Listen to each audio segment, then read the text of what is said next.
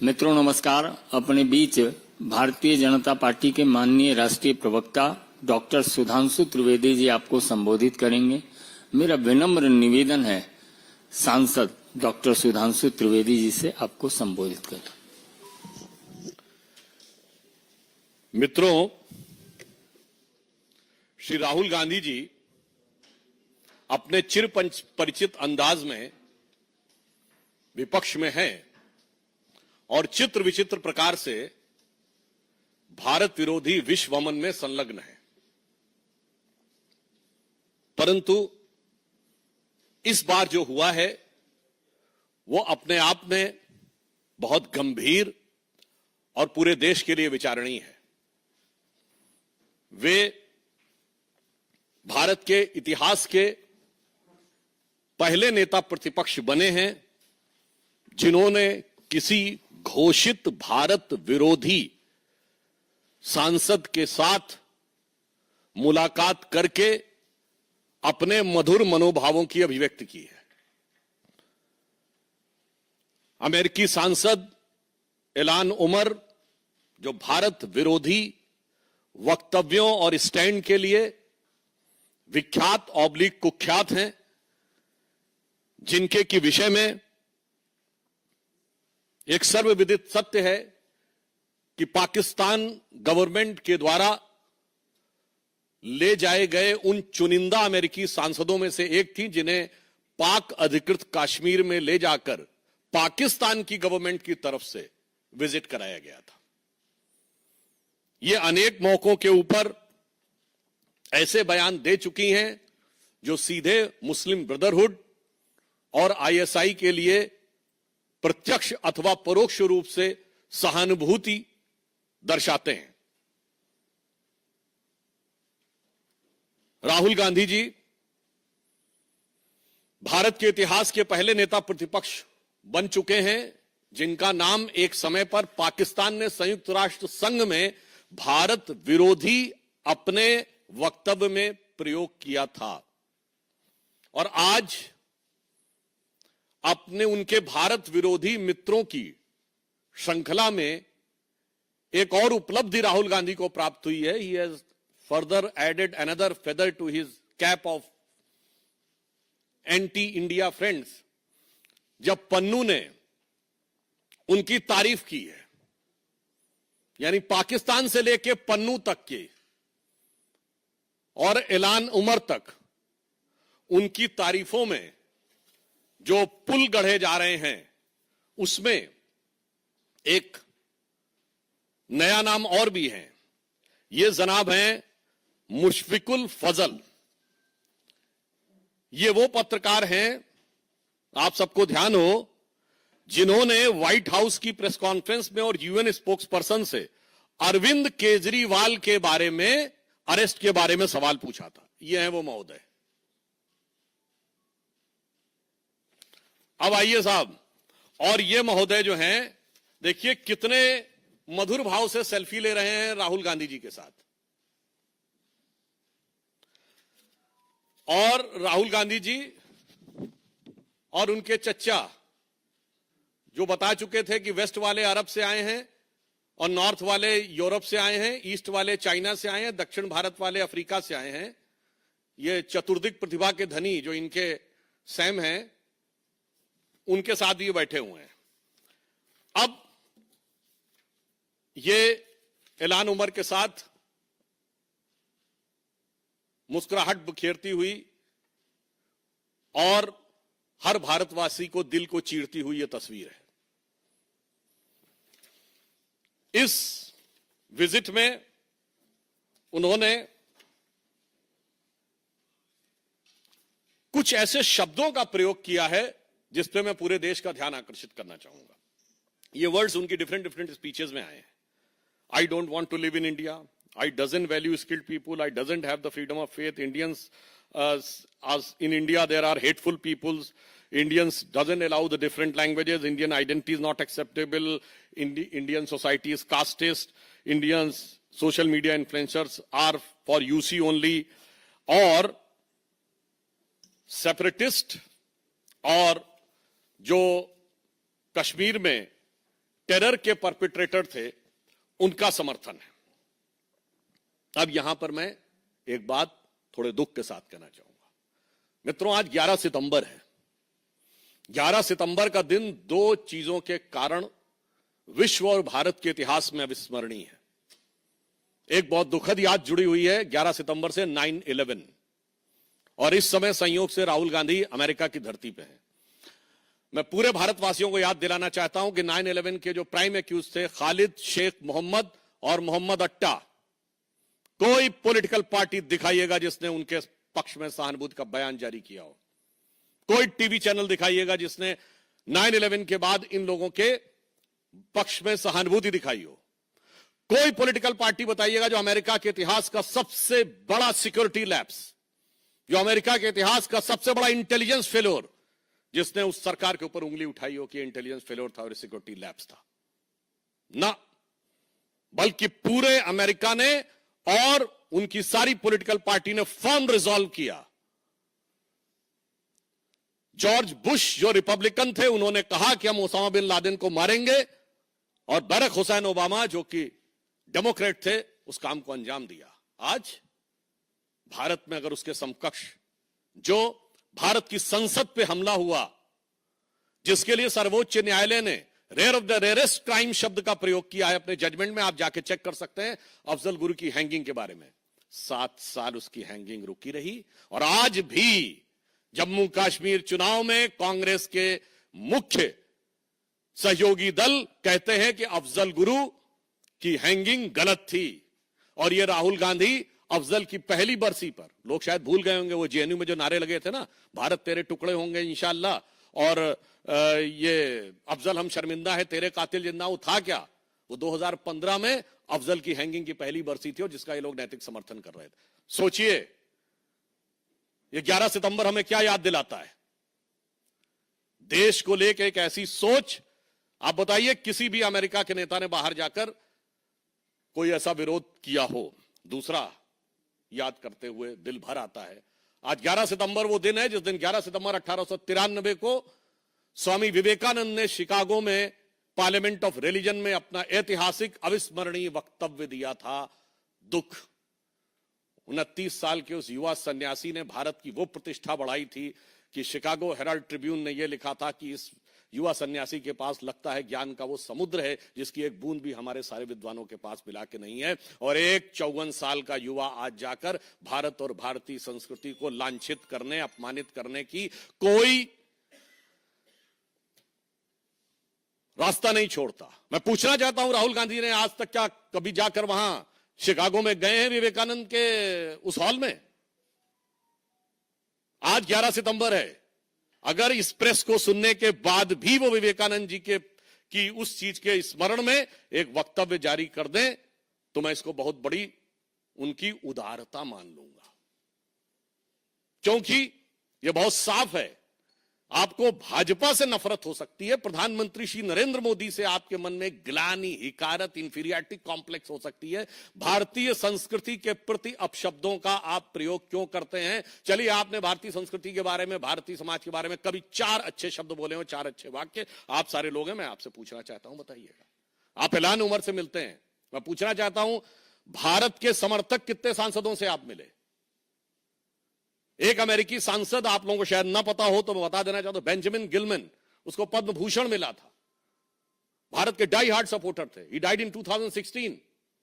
I was nobody, I met Benjamin Gilman in July 2000, August 2000, year 2000। पूछे मिले थे कब? भारत के पक्ष लेने वाले आज से 20-25 साल पहले से आपकी सरकारें थी। Gary Ackerman, Edward Royce, Frank Pallone, Joseph Crowley, कभी मिले हो इनसे? ऐलान उमर ही मिलते हैं। कभी तुलसी गैबार्ड से मिले? नहीं। इसलिए आज हम बहुत गंभीरता के साथ और बहुत दुख के साथ कहना चाहते हैं कि जो बात सैम पित्रोदा जी ने कही है, पहले तो मैं एक चीज कोट भी कर देना चाहता हूं, क्योंकि आज उन्होंने, सैम पित्रोदा जी ने कहा ना कि राहुल गांधी जी अब वो बहुत समझदार हो गए हैं और बहुत वो, चूंकि वो इस समय अमेरिका की धरती पे हैं, तो पूर्व अमेरिकी राष्ट्रपति बैरक ओबामा ने अपनी किताब द प्रॉमिस लैंड में 2010 में भारत आए थे और राहुल गांधी जी से मुलाकात के आधार पर राहुल गांधी जी के व्यक्तित्व पर एक टिप्पणी की थी जो मैं कोट कर रहा हूं. Rahul Gandhi has a nervous uninformed quality about him, as if he were a student who has done the course work. He is eager to impress the teacher but deep down lacked either the aptitude or the passion of the subject. The Promised Land, written by Barack Obama, page number 601. इसके लिए जानते क्या कहा जाता है? आप लोगों में से जिन लोगों ने इंग्लिश लिटरेचर पढ़ा होगा या यूरोपियन हिस्ट्री पढ़ी होगी तो उसमें एक फ्रेज है, एक किंग जेम्स फर्स्ट होता था जिसके सारे दरबारी उसको बहुत बुद्धिमान मानते थे और बाहर वाले समझते थे हमेशा कुछ ना कुछ जरूर करता है. तो इसको शब्दशः ना लिया जाए. एक कहावत थी, kings James the first was the wisest fool in Christendom. So in my opinion the same thing applies to Rahul Gandhi for कांग्रेसडम.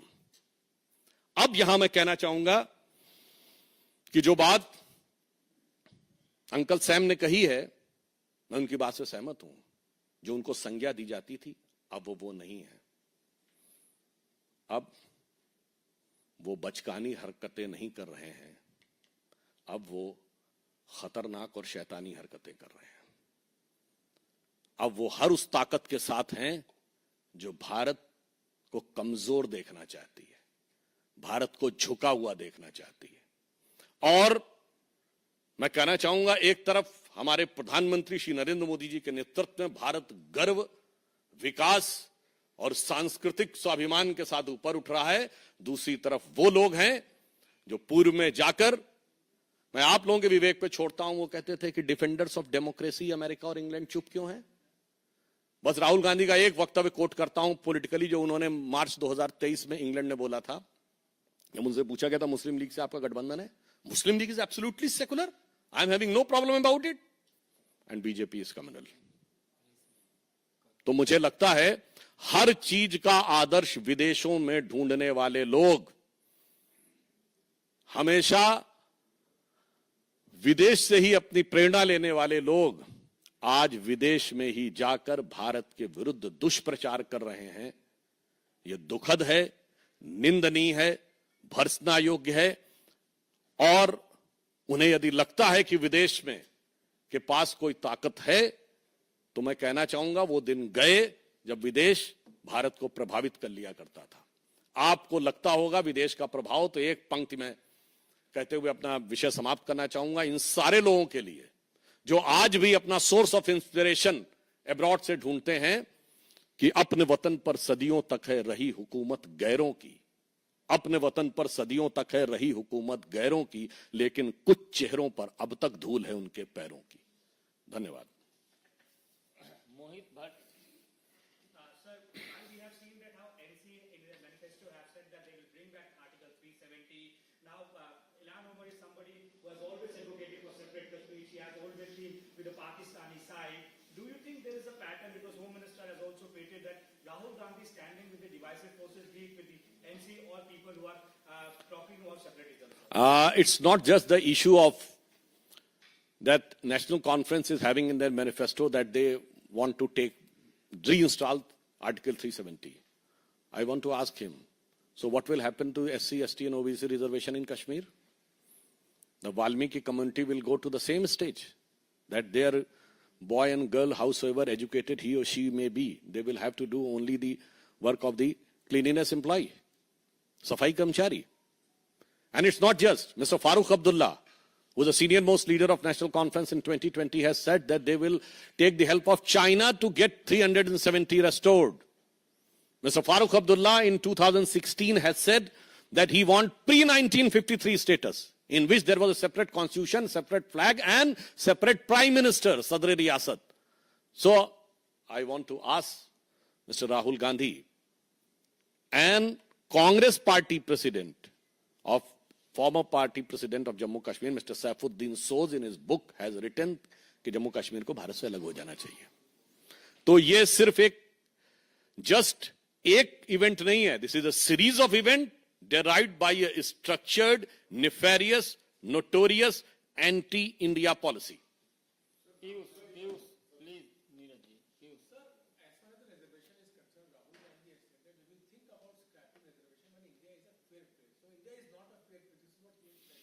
नहीं, वो आप उनकी बात समझ नहीं पाए। उनका ये मानना है कि वो जब फेयर प्लेस मतलब जो उनका मजबूत वाला वोट बैंक पक्का हो जाएगा ना, तब रिजर्वेशन की जरूरत खत्म हो जाएगी, क्योंकि जहां वो पक्का हो जाता रिजर्वेशन खत्म हो जाता। कश्मीर में खत्म, जामिया मिलिया इस्लामिया में खत्म, अलीगढ़ मुस्लिम यूनिवर्सिटी में खत्म। तो समझ रहे हैं ना, वो पक्का वाला मजबूत वाला वोट बैंक जो है वो जब हो जाएगा तो उसके हिसाब से then it will be a fair place in which everything will be in one colour, then everything will be fair. और ये मैं ये भी कहना चाहता हूं आप सबके सुलभ संज्ञान के लिए, बाबा साहब अंबेडकर ने जब रिजर्वेशन की, शेड्यूल कास्ट रिजर्वेशन की अधिसूचना जारी की है 10 August 1950, the notification of the central government, anybody can go and check, उसमें क्लियर कट लिखा है 3rd पैरा के पॉइंट नंबर 2 में कि जो हिंदू रिलीजन में को नहीं मानते हैं वो शेड्यूल कास्ट नहीं माने जाएंगे, कभी शेड्यूल कास्ट में नहीं लाए जाएंगे। सच्चर कमेटी की रिकमेंडेशन में आपने 2013 में मुस्लिम्स को शेड्यूल कास्ट में लाने के लिए बैक डोर से एंट्री करने की कोशिश की थी और उसकी रिकमेंडेशन में यह लिखा हुआ है, और जहां जहां मौका पाया है आपने निपटा दिया है। तो जो दिल के अरमान है ना वो किसी और के लिए हैं, बाहर का चेहरा किसी और के लिए। नीरज पांडे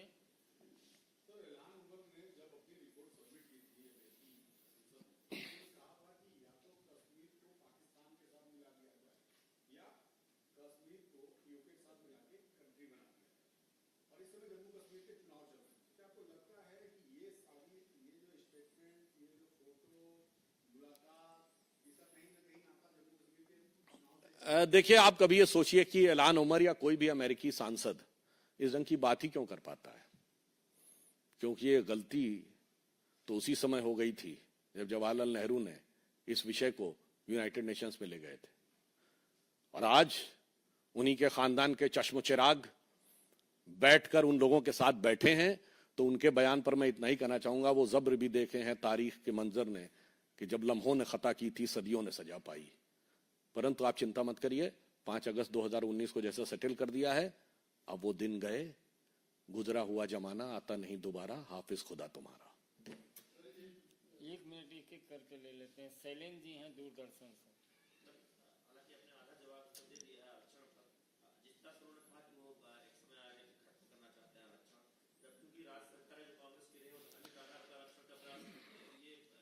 नहीं, वो बता नहीं पाए। 1961 में ही उनके दिल की आरजू थी कि आरक्षण खत्म कर दिया जाए। जवाहरलाल नेहरू की चीफ मिनिस्टर्स को लिखी हुई चिट्ठी है कि वो आरक्षण के खिलाफ हैं, पर्टिकुलरली सर्विसेज में ये लिखा हुआ है। तो ये उनका खानदानी तवक्को है। TV9 आमोद राय।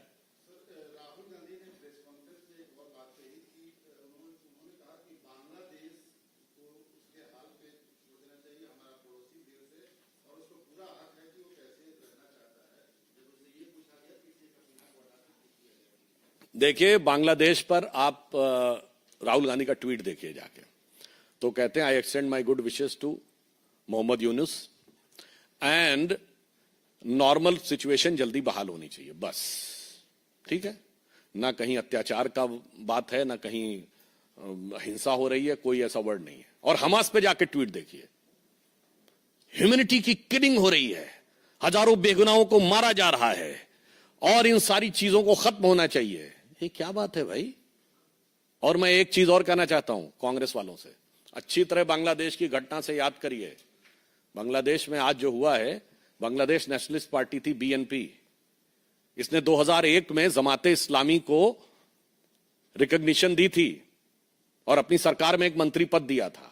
पॉलिटिकल लेजिटिमेसी जमाते इस्लामी को बांग्लादेश नेशनल पार्टी BNP ने 2001 में दी। आज कहां है BNP? सिर्फ जमात है या फौज है? तो यहां भी जो ये ख्वाब संजो रहे हैं ना कट्टरपंथियों के साथ गलबाही करने के, राहुल गांधी जी और इंडी गठबंधन के सहयोगी, उनसे कहना चाहूंगा याद रखो, लगेगी आग तो आएंगे घर सभी जद में। यहां पे सिर्फ हमारा मकान थोड़ी है। रविकांत राय, TV टाइम्स नवादा। सुधांशु जी,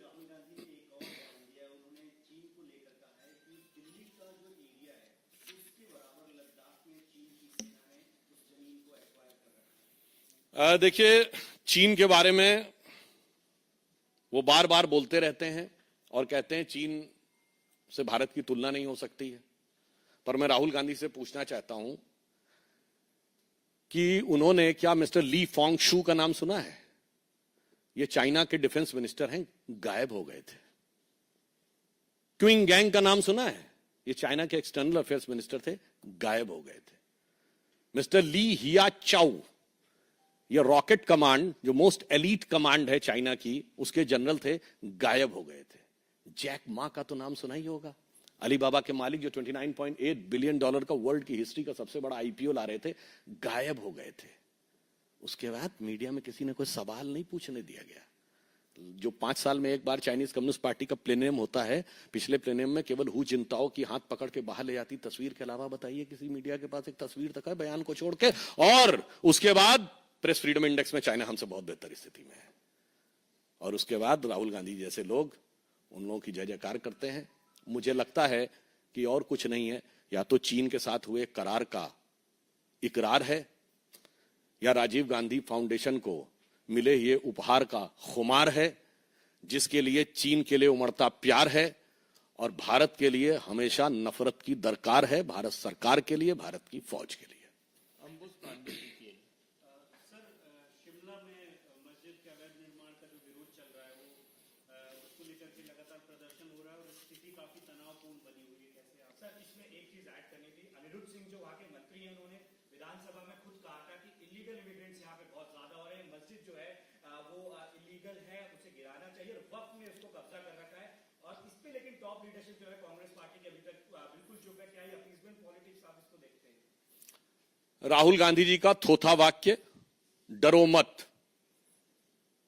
हिमाचल की सरकार कितना डर रही है, अवैध निर्माण पे उंगली उठाने की हिम्मत नहीं कर रही है। डरो मत। और कैसा वातावरण शिमला की उन शानदार वादियों में बना दिया जहां सैलानी सुकून से घूमते थे, आज वहां लाठीचार्ज, आग बरस रही है।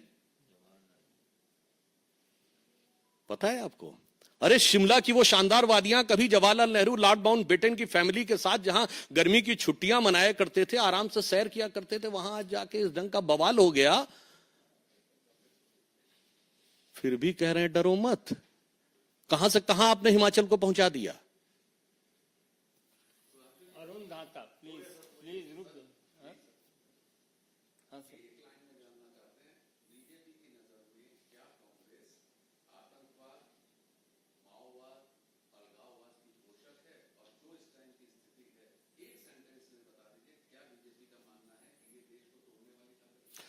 देखिए, इसमें कहीं कोई किंतु परंतु नहीं है।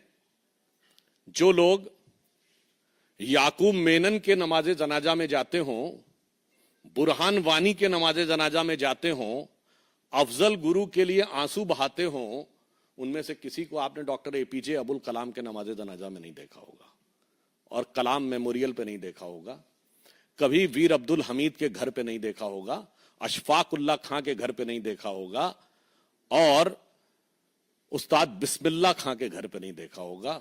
बस ये समझने के लिए काफी है कि उनके लिए अच्छा और सच्चा मुसलमान माने नहीं रखता है, अपराधी और आतंकवादी ही माने रखता है। अब न्यूज इंडिया से आनंद, अंतिम प्रश्न। बहुत बहुत धन्यवाद।